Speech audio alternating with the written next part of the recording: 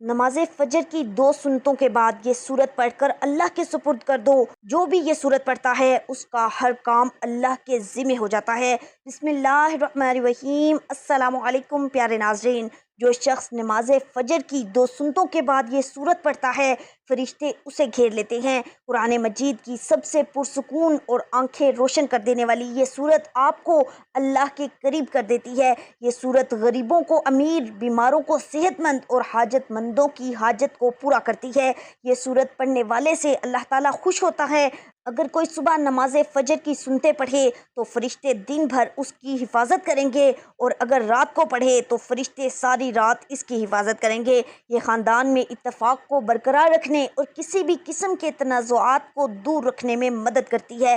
یہ سورت مال اور ملازمت کے لیے قیمتی ہے۔ جیسا کہ ہر کوئی اپنی زندگی میں کامیاب ہونا چاہتا ہے، تو اس سورت کو روزانہ 1 مرتبہ صبح کی نماز کے بعد لازمی پڑھیں۔ یہ وہ سورت ہے جس کی تلاوت جنت میں اللہ رب العزت خود فرمائیں گے۔ سبحان اللہ۔ صحیح مسلم کی روایت میں ہے کہ رسول کریم صلی اللہ علیہ وسلم نے فرمایا، جو شخص فجر کی نماز پڑھ لیتا ہے وہ اللہ کے ذمے میں آ جاتا ہے، یعنی جو شخص نماز فجر کا فریضہ ادا کر لیتا ہے وہ اللہ کی حفاظت میں آ جاتا ہے، اسے کوئی بھی نقصان نہیں پہنچا سکتا۔ نماز اسلام کے 5 بنیادی ارکان میں سے ایک اہم رکن ہے اور دین کا ستون کہلاتی ہے۔ یہ اللہ تعالیٰ کے ساتھ بندے کا براہ راست تعلق قائم کرنے کا ذریعہ ہے۔ قرآن کریم اور احادیث مبارکہ میں نماز کی فضیلت، اہمیت اور اس کے ثواب کو بارہا بیان کیا گیا ہے۔ اس کے علاوہ فجر کی نماز کی اپنی خاص اہمیت اور فضیلت ہے جو اسے دیگر نمازوں میں نمایاں کرتی ہے۔ نبی کریم صلی اللہ علیہ وسلم نے فرمایا، نماز دین کا ستون ہے، جس نے اسے قائم کیا اس نے دین کو قائم کیا، اور جس نے اسے چھوڑا اس نے دین کو چھوڑ دیا۔ یہ حدیث واضح کرتی ہے کہ نماز کے بغیر دین مکمل نہیں ہو سکتا۔ اللہ سے قربت کا ذریعہ نماز بندے کو اللہ کے قریب لاتی ہے۔ نبی کریم صلی اللہ علیہ وسلم نے فرمایا، بندہ اپنے رب کے سب سے زیادہ قریب اس وقت ہوتا ہے جب وہ سجدے کی حالت میں ہوتا ہے، لہٰذا اس وقت خوب دعا مانگا کرو۔ سجدہ ایسی حالت ہے جہاں بندہ اپنی عاجزی اور اللہ کی عظمت کا اقرار کرتا ہے۔ گناہوں کی معافی، نماز گناہوں کا کفارہ ہے۔ نبی کریم صلی اللہ علیہ وسلم نے فرمایا، 5 نمازیں اور 1 جمعہ دوسرے جمعے تک اور 1 رمضان دوسرے رمضان تک درمیان کے گناہوں کا کفارہ ہے، بشرط یہ کہ کبائر بڑے گناہوں سے بچا جائے۔ نور ایمان، نماز ایمان کو روشن کرتی ہے اور دل کو سکون دیتی ہے۔ قرآن کریم میں اللہ تعالیٰ فرماتے ہیں، بے شک نماز فحش اور بری باتوں سے روکتی ہے۔ یہ آیت واضح کرتی ہے کہ نماز انسان کو برائیوں سے بچاتی ہے اور نیکیوں کی طرف راغب کرتی ہے۔ جنت کی ضمانت، نبی کریم صلی اللہ علیہ وسلم نے فرمایا، جس نے 5 نمازیں پابندی سے ادا کی وہ جنت میں داخل ہوگا۔ نماز جنت کا راستہ ہموار کرتی ہے اور قیامت کے دن نجات کا ذریعہ بنتی ہے۔ قیامت کے دن سب سے پہلے پوچھ، نبی کریم صلی اللہ علیہ وسلم نے فرمایا، قیامت کے دن سب سے پہلے انسان سے اس کی نماز کے بارے میں پوچھا جائے گا۔ اگر وہ ٹھیک ہوئی تو باقی اعمال بھی ٹھیک ہوں گے، اور اگر وہ خراب ہوئی تو باقی اعمال بھی خراب ہوں گے۔ اس سے نماز کی اہمیت اور اس کی پابندی کی ضرورت واضح ہوتی ہے۔ روحانی سکون، نماز دل کو اطمینان دیتی ہے۔ قرآن کریم میں ارشاد ہے، بے شک دلوں کا سکون اللہ کے ذکر میں ہے۔ نماز کے جسمانی حرکات جیسے قیام، رکوع، سجدہ اور تشہد جسم کو ورزش فراہم کرتے ہیں جو صحت کے لیے مفید ہیں۔ 5 وقت کی نماز انسان کو وقت کی پابندی اور نظم سکھاتی ہے۔ فجر کی نماز 5 فرض نمازوں میں سے ایک ہے، لیکن اس کی فضیلت اور اہمیت کے حوالے سے قرآن و حدیث میں خصوصی ذکر ملتا ہے۔ فجر کی نماز صبح صادق سے طلوع آفتاب سے پہلے ادا کی جاتی ہے، اور یہ وقت اللہ کی رحمتوں اور برکتوں سے بھرپور ہوتا ہے۔ سورۃ الاسراء میں اللہ تعالیٰ فرماتے ہیں، رات کے وقت تہجد پڑھا کرو، یہ تمہارے لیے اضافی نفل ہے، قریب ہے کہ تمہارا رب تمہیں مقام محمود پر پہنچائے، اور صبح کی نماز پڑھا کرو، بے شک صبح کی نماز مشہود ہے۔ اس آیت میں صبح کی نماز سے مراد فجر کی نماز ہے جو فرشتوں کے مشاہدے میں ہوتی ہے۔ دن اور رات کے فرشتے اس وقت موجود ہوتے ہیں جو اس کی عظمت کو بڑھاتے ہیں۔ سورۃ التکویر میں اللہ تعالیٰ ارشاد فرماتے ہیں، سورۃ التکویر میں اللہ تعالیٰ نے فجر کے وقت کی قسم کھائی، قسم ہے فجر کی اور رات کی جب وہ ساکت ہو جاتی ہے۔ اللہ کا اس وقت کی قسم کھانا اس کی عظمت اور برکت کی دلیل ہے۔ نبی کریم صلی اللہ علیہ وسلم نے فرمایا جو شخص فجر کی نماز جماعت سے پڑھتا ہے وہ اللہ کی حفاظت میں ہوتا ہے۔ یہ حدیث فجر کی جماعت کی اہمیت کو ظاہر کرتی ہے کہ اس سے بندہ اللہ کی پناہ مانگتا ہے۔ جنت کی بشارت، نبی کریم صلی اللہ علیہ وسلم نے فرمایا جو شخص فجر اور عشاء کی نمازیں پڑھتا ہے وہ جنت میں داخل ہوگا۔ فجر اور عشاء کی نمازیں مشکل وقتوں میں ہوتی ہیں، اس لیے ان کا ثواب بہت زیادہ ہے۔ نبی کریم صلی اللہ علیہ وسلم نے فرمایا جو شخص فجر کی نماز پڑھتا ہے اس کے چہرے پر قیامت کے دن نور کامل ہوگا۔ یہ نور ایمان کی علامت اور اللہ کی رحمت کا ثبوت ہے۔ نبی کریم صلی اللہ علیہ وسلم نے فرمایا فجر کی 2 رکعت سنت دنیا اور اس کی ہر چیز سے بہتر ہیں۔ اس سے ظاہر ہوتا ہے کہ فجر کی سنت کا ثواب کتنا عظیم ہے۔ نبی کریم صلی اللہ علیہ وسلم نے فرمایا فجر کی نماز کے وقت رات اور دن کے فرشتے جمع ہوتے ہیں اور تمہاری نماز کی گواہی دیتے ہیں۔ یہ وقت اللہ کی رحمت اور فرشتوں کی موجودگی سے بھرپور ہوتا ہے۔ فجر کی نماز پڑھنے سے پورے دن میں برکت ہوتی ہے۔ نبی کریم صلی اللہ علیہ وسلم نے فرمایا اے اللہ میرے دن کے آغاز کو برکت عطا فرما۔ فجر کی نماز دن کے آغاز کو خیر و برکت سے بھر دیتی ہے۔ فجر کی نماز صبح سویرے ادا کی جاتی ہے جو انسان کو نظم و ضبط سکھاتی ہے۔ یہ وقت نیند سے اٹھنے کا مشکل وقت ہوتا ہے لیکن اس پر استقامت اللہ کے لیے عظیم قربانی ہے۔ فجر کی نماز شیطان کے اثر سے بچاتی ہے۔ نبی کریم صلی اللہ علیہ وسلم نے فرمایا رات کو شیطان انسان کے سر پر 3 گرہیں باندھتا ہے۔ جب وہ فجر کی نماز کے لیے اٹھتا ہے تو ایک گرہ کھلتی ہے، وضو کرتا ہے تو دوسری گرہ کھلتی ہے اور نماز پڑھتا ہے تو تیسری گرہ کھل جاتی ہے اور وہ دن بھر تازہ دم اور خوش رہتا ہے۔ فجر کا وقت پرسکون ہوتا ہے۔ جب دنیا خاموش ہو جاتی ہے اس وقت کی گئی عبادت دل کو سکون اور روح کو تازگی دیتی ہے۔ فجر کی نماز دن کے آغاز کو اللہ کے ذکر سے شروع کرنے کا موقع دیتی ہے جو پورے دن کی کامیابی اور برکت کا باعث بنتی ہے۔ فجر کی نماز جماعت سے پڑھنے سے امت میں اتحاد پیدا ہوتا ہے۔ مسجد میں ایک ساتھ نماز پڑھنا اخوت اور بھائی چارے کو فروغ دیتا ہے۔ فجر کی نماز ایمان کی مضبوطی، اللہ سے قربت اور گناہوں کی معافی کا ذریعہ ہے۔ فجر کی نماز تناؤ اور پریشانی کو کم کرتی ہے اور خود اعتمادی کو بڑھاتی ہے۔ اللہ والو فجر کے لیے صبح اٹھنے کے لیے رات کو جلدی سونے کی عادت بنائیں۔ نبی کریم صلی اللہ علیہ وسلم عشاء کے بعد زیادہ دیر جاگنے سے منع فرماتے تھے۔ فجر کے وقت اٹھنے کے لیے الارم سیٹ کریں اور بستر سے فوراً اٹھیں۔ شیطان نیند میں رکھنے کی کوشش کرتا ہے اس لیے استقامت دکھائیں۔ نبی کریم صلی اللہ علیہ وسلم نے فرمایا وضو کے ساتھ سونے والے کی حفاظت فرشتے کرتے ہیں۔ یہ فجر میں اٹھنے کے لیے مدد دیتا ہے، یعنی وضو کی عادت بنائیں کہ وضو میں سوئیں تو آپ انشاءاللہ فجر میں اٹھیں گے۔ فجر کی نماز کے لیے اٹھنے کی دعا مانگیں۔ آپ اس طرح دعا کریں اے اللہ مجھے صبح کی نماز کے لیے اٹھنے کی توفیق عطا فرما۔ فجر کی 2 رکعت سنتیں ضرور پڑھیں کیونکہ ان کی فضیلت دنیا و مافیہ سے بڑھ کر ہے۔ فجر کی نماز کے بعد اللہ کا ذکر، تسبیحات اور دعائیں مانگیں۔ یہ وقت دعاؤں کی قبولیت کا ہے۔ فجر کی نماز نہ پڑھنے والا اللہ کی خاص حفاظت سے محروم ہو جاتا ہے۔ فجر کی نماز نہ پڑھنے سے دن بھر سستی اور کاہلی رہتی ہے کیونکہ شیطان کی گرہیں نہیں کھلتی۔ فجر کی نماز کا ثواب جنت کی ضمانت اور نور کامل ہے۔ اسے چھوڑنے والا اس عظیم ثواب سے محروم رہ جاتا ہے۔ فجر کی نماز ترک کرنے سے ایمان کمزور ہوتا ہے اور انسان گناہوں کی طرف مائل ہو جاتا ہے۔ فجر کی نماز پڑھنے کے بعد آپ قرآن کریم کی تلاوت کریں۔ قرآن کریم اللہ کی سچی کتاب ہے۔ یہ اللہ کا پیغام اپنے بندوں کے نام ہے۔ اس سے ایمان بڑھتا ہے اور دلوں کے زنگ اترتے ہیں۔ قرآن مجید کی تلاوت کرنا باعث برکت اور ثواب ہے، مگر افسوس کا مقام ہے کہ ہماری اکثریت قرآن مجید سے غافل ہے۔ دنیا کے کاموں میں اپنا وقت لگانے سے گریز نہیں کرتے جبکہ قرآن کی تلاوت کے لیے وقت نہیں ملتا کا بہانہ کرتے ہیں۔ یقین جانیے تلاوت قرآن پاک سے اللہ وقت میں برکت ڈالتا ہے۔ آج سے یہ عہد کریں کہ انشاءاللہ قرآن مجید کی تلاوت کے لیے روزانہ وقت نکال کر کم از کم 2-3 رکوع کی تلاوت کریں گے اور اس کو سمجھیں گے اور اس کو ترجمے کے ساتھ پڑھیں گے تاکہ پتہ چلے کہ اللہ تعالیٰ اپنے بندوں سے کیا فرماتا ہے۔ رسول کریم صلی اللہ علیہ وسلم نے فرمایا تم قرآن پڑھو اس لیے کہ قرآن قیامت کے دن اپنے پڑھنے والوں کے لیے سفارشی بن کے آئے گا۔ ایک اور حدیث میں نبی پاک صلی اللہ علیہ وسلم نے فرمایا قرآن کی سفارش کو قبول کیا جائے گا۔ قرآن کو پڑھنے کے بعد اس کو اپنی زندگی میں لانے والوں کے لیے بھی جھگڑا کرے گا اور نجات دلائے گا۔ ہوگا۔ رسول کریم صلی اللہ علیہ وسلم نے فرمایا قیامت کے دن قرآن اور قرآن والے جو اس پر عمل کرتے تھے ان کو لایا جائے گا۔ سورہ بقرہ اور آل عمران پیش ہوں گی اور اپنے پڑھنے والوں کی طرف سے جھگڑا کریں گی۔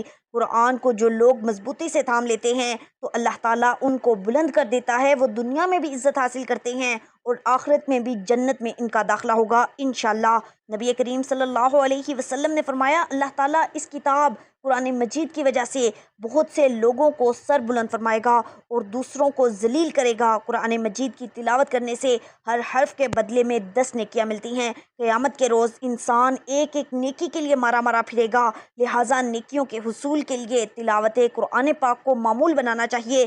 رسول پاک صلی اللہ علیہ وسلم نے ارشاد فرمایا جس نے کتاب اللہ کا ایک حرف تلاوت کیا اس کو 1 نیکی ملے گی اور اس 1 نیکی کا بدلہ کم از کم 10 گنا ہے۔ میں نہیں کہتا کہ الف لام میم ایک حرف ہے، بلکہ الف ایک حرف، لام دوسرا اور میم تیسرا حرف ہے۔ قرآن کو یاد کرنا اور اس کو حفظ کرنے کی اپنے سینے میں محفوظ کرنا سعادت مندی ہے۔ آپ صلی اللہ علیہ وسلم نے فرمایا بے شک وہ آدمی جس کے دل میں قرآن پاک کا کچھ حصہ نہیں وہ ویران گھر کی طرح ہے۔ ہر مسلمان کے لیے ضروری ہے کہ وہ قرآن کریم کو محض تبرک کے طور پر نہ پڑھا کرے بلکہ اسے سمجھنے کی بھی کوشش کیا کرے تاکہ وہ اس کے اصل مقصد نزول ہدایت کو بھی حاصل کر سکے، کیونکہ ہم قرآن پاک کو اس کے معنی اور مطالب کے ساتھ نہیں پڑھتے، ہم نا آشنا ہیں کیونکہ یہ وقفیت تو عربوں کو حاصل ہے، ان کی زبان عربی ہے، اس بنا پر وہ قرآن کے مطالب و معنی سے نا آشنا نہیں، لیکن چونکہ ان کا عمل قرآن پر نہیں اس لیے دیگر مسلمانوں کی طرح وہ بھی دنیا میں مغلوب ہیں۔ 30 لاکھ یہودی 11 کروڑ عربوں پر حاوی ہیں۔ یہ قرآن سے اعراض و گریز کی سزا ہے جو اللہ تعالیٰ مسلمانوں کو اس دنیا میں دے رہا ہے، اس لیے قرآن کو سمجھ لینا ہی کافی نہیں، اس پر عمل کرنا بھی ضروری ہے، اور جب تک مسلمانوں کے انفرادی اور اجتماعی زندگی کے ڈھانچے قرآن کے سانچے میں نہیں ڈھلیں گے، ان کے شب و روز کے معمولات قرآنی ہدایات کے تابع نہیں ہوں گے اور مسلمان قرآن کو اپنا رہنمائے زندگی تسلیم نہیں کریں گے، ان کی ذلت کا یہ دور کبھی ختم نہیں ہوگا، ان کی مشکلات کم نہیں ہوں گی اور ان کی عظمت رفتہ بحال نہیں ہوگی جس کے وہ خواہش مند ہیں اور جس سے قرون اولیٰ کے مسلمان بہرایاب تھے۔ بس ایمان والے تو ایسے ہوتے ہیں کہ جب اللہ تعالیٰ کا ذکر آتا ہے تو ان کے قلوب ڈر جاتے ہیں، اور جب اللہ کی آیتیں ان کو پڑھ کر سنائی جاتی ہیں تو وہ آیتیں ان کے ایمان کو تازہ کر دیتی ہیں اور زیادہ کر دیتی ہیں، ان کے ایمان کو اور زیادہ بڑھا دیتی ہیں، اور وہ لوگ اپنے رب پر توکل کرتے ہیں۔ کہہ دیجئے تم اس پر ایمان لاؤ یا نہ لاؤ، جنہیں اس سے پہلے علم دیا گیا ہے ان کے پاس تو جب بھی اس کی تلاوت کی جاتی ہے تو وہ تھوڑیوں کے بل سجدے میں گر پڑتے ہیں اور کہتے ہیں کہ ہمارا رب پاک ہے، ہمارے رب کا وعدہ بلا شک و شبہ پورا ہو کر رہنے والا ہے، اور وہ اپنی تھوڑیوں کے بل روتے ہوئے سجدے میں گر پڑتے ہیں، اور یہ قرآن ان کی عاجزی اور خشوع و خضوع بڑھا دیتا ہے۔ یعنی قرآن مجید سن کر ان پر اس قدر خشیت الہی اور رقت نفس طاری ہوتی ہے کہ جس سے ان کی آنکھیں اشک بار، دل موم اور پیشانیاں رب کے حضور سجدہ ریز ہو جاتی ہیں۔ حضرت عبداللہ بن مسعود رضی اللہ تعالیٰ عنہ نقل فرماتے ہیں کہ نبی کریم صلی اللہ علیہ وسلم نے مجھ سے ارشاد فرمایا مجھے قرآن پڑھ کر سناؤ۔ میں نے کہا اے اللہ کے رسول صلی اللہ علیہ وسلم میں آپ کو قرآن پڑھ کر سناؤں جبکہ قرآن کا نزول آپ ہی پر ہوا ہے؟ آپ نے فرمایا ہاں، چنانچہ میں نے سورۃ النساء کی تلاوت شروع کی اور اس آیت کریمہ کی پس کیا حال ہوگا جس وقت کہ ہر امت میں سے ایک ہم گواہ لائیں گے اور آپ کو ان لوگوں پر گواہ بنا کر لائیں گے۔ اس پر آپ کی آواز میرے کانوں سے ٹکرائی، آپ فرما رہے تھے بس کرو۔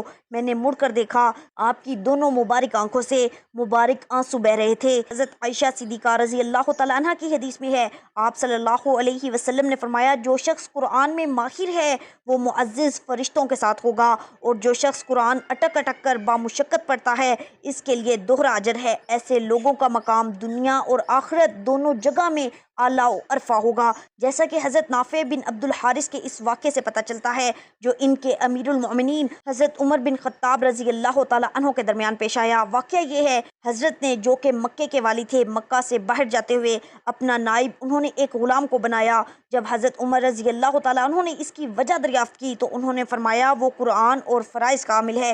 اس پر حضرت عمر رضی اللہ تعالیٰ عنہ نے کہا آپ صلی اللہ علیہ وسلم کا ارشاد گرامی ہے، بے شک اللہ تعالیٰ اس قرآن کی وجہ سے کچھ لوگوں کو بلندیاں عطا کرے گا اور کچھ کو پستی۔ اللہ والو، آج کے وظیفے میں جس تسبیح اور سورت کی تلاوت کا ذکر کیا گیا ہے، یہ سورت سورہ رحمان ہے، اور وہ مبارک تسبیح اللہ کے بابرکت ناموں کی ہے۔ الرحمن اللہ کے خوبصورت ناموں میں سے ہے، جس کا مطلب ہے رحم کرنے والا۔ یہ سورت جو پڑھتا ہے اس پر رحم کیا جاتا ہے، جس مقصد کے لیے پڑھتا ہے وہ مقصد پورا کیا جاتا ہے۔ الرحمن اللہ کے خوبصورت ناموں میں سے ہے، جس کا مطلب ہے رحم کرنے والا۔ یہ سورت جو پڑھتا ہے اس پر رحم کیا جاتا ہے، جس مقصد کے لیے بھی پڑھتا ہے وہ مقصد پورا کیا جاتا ہے۔ دنیا اور آخرت کی سختی سے اسے نجات ملتی ہے۔ سورہ رحمان کا نام اللہ کے خوبصورت ترین ناموں میں سے ایک نام پر رکھا گیا ہے۔ اس سورت میں خدا کے فضل کی مثالیں دی گئی ہیں اور اللہ کے مختلف تحائف کی اہمیت کو دہرایا گیا ہے۔ سورہ رحمان ہمیں رحمت الہی کے تصور پر غور کرنے کی ترغیب دیتی ہے۔ اللہ تعالیٰ نے ہمیں مختلف تحائف دیے ہیں، یہ دنیا بھی ایک تحفہ ہی ہے۔ درخت، کھانا، ہمارے ارد گرد کا ماحول، پانی، ہوا، صحت مند جسم، اور سب سے بڑی نعمت، سب سے بڑا تحفہ ہمارا ایمان ہے، ہمارے پیارے آقا محمد مصطفیٰ صلی اللہ علیہ وسلم ہیں۔ یہ سب کچھ تحفہ ہیں، لیکن ہم اس سب کو قدر کی نگاہ سے نہیں دیکھتے۔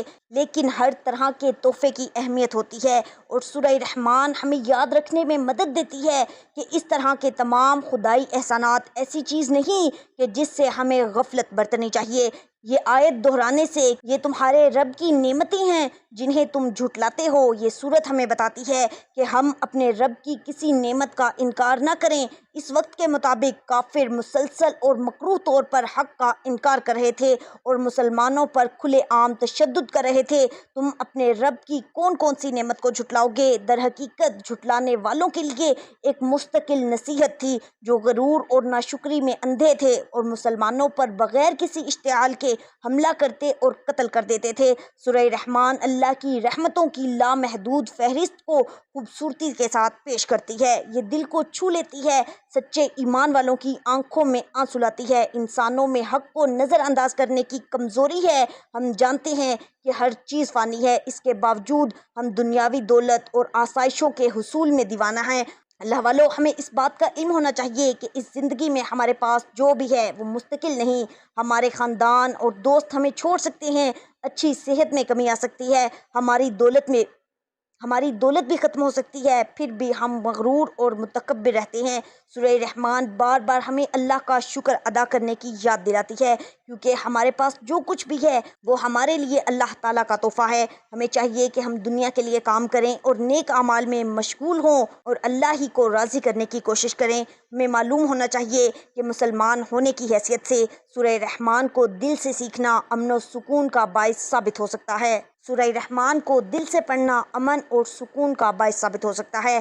اپنے آپ کو اللہ کے مختلف احسانات کی یاد دلا کر ہم تناؤ اور ذہنی دباؤ کا مقابلہ کر سکتے ہیں اور اپنے ایمان کو بھی مضبوط کر سکتے ہیں۔ اللہ والو، جب آپ نماز فجر ادا کرنے لگیں تو 2 سنت ادا کرنے کے بعد آپ نے 1 مرتبہ درود پاک پڑھنا ہے۔ درود پاک آپ کوئی سا بھی پڑھ لیں، ایک بار ثواب کی نیت سے میرے ساتھ پڑھیے۔ اللہم صلی علی محمد وعلی آل محمد کما صلیت علی ابراہیم وعلی آل ابراہیم انک حمید مجید۔ اللہم بارک علی محمد وعلی آل محمد کما بارکت علی ابراہیم وعلی آل ابراہیم انک حمید مجید۔ اللہ والو، درود پاک 1 مرتبہ پڑھنے کے بعد آپ نے اللہ تعالیٰ کے مبارک نام یا رزاقو، یا فتاحو، یا علیمو کی ایک تسبیح پڑھنی ہے۔ ایک تسبیح مطلب 100 دفعہ آپ کو یہ پڑھنا ہے، یا رزاقو، یا فتاحو، یا علیمو۔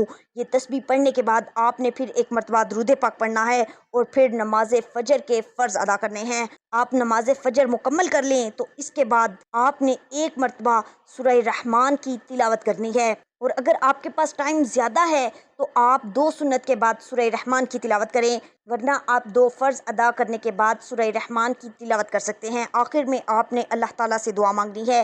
یہ عمل کر کے آپ اللہ تعالیٰ سے جو کچھ مانگیں گے اللہ تعالیٰ آپ کو خوشی خوشی وہ عطا کرے گا۔ انشاءاللہ اس عمل کی برکت سے آپ کی تمام حاجات پوری ہو جائیں گی اور آپ کو اللہ دنیا اور آخرت میں کامیابی عطا کرے گا۔ یہ عمل کرنے سے پورے سال اللہ پاک آپ پر رحم فرمائیں گے۔ اس سورت کے پڑھنے سے انشاءاللہ آپ کے سب کام آسان ہو جائیں گے۔ اللہ تعالیٰ آپ سب کو اپنی رحمت کے سائے میں رکھے، آمین اللہم آمین۔ اللہ تعالیٰ آپ سب کو خوش اور آباد رکھے، ہمیشہ ہنستے اور مسکراتے رہیے۔ ملتے ہیں انشاءاللہ ایک اور وظیفے کے ساتھ، تب تک کے لیے اپنا بہت سارا خیال رکھیے گا اور اپنے اس چینل کا بھی اللہ نگہبان۔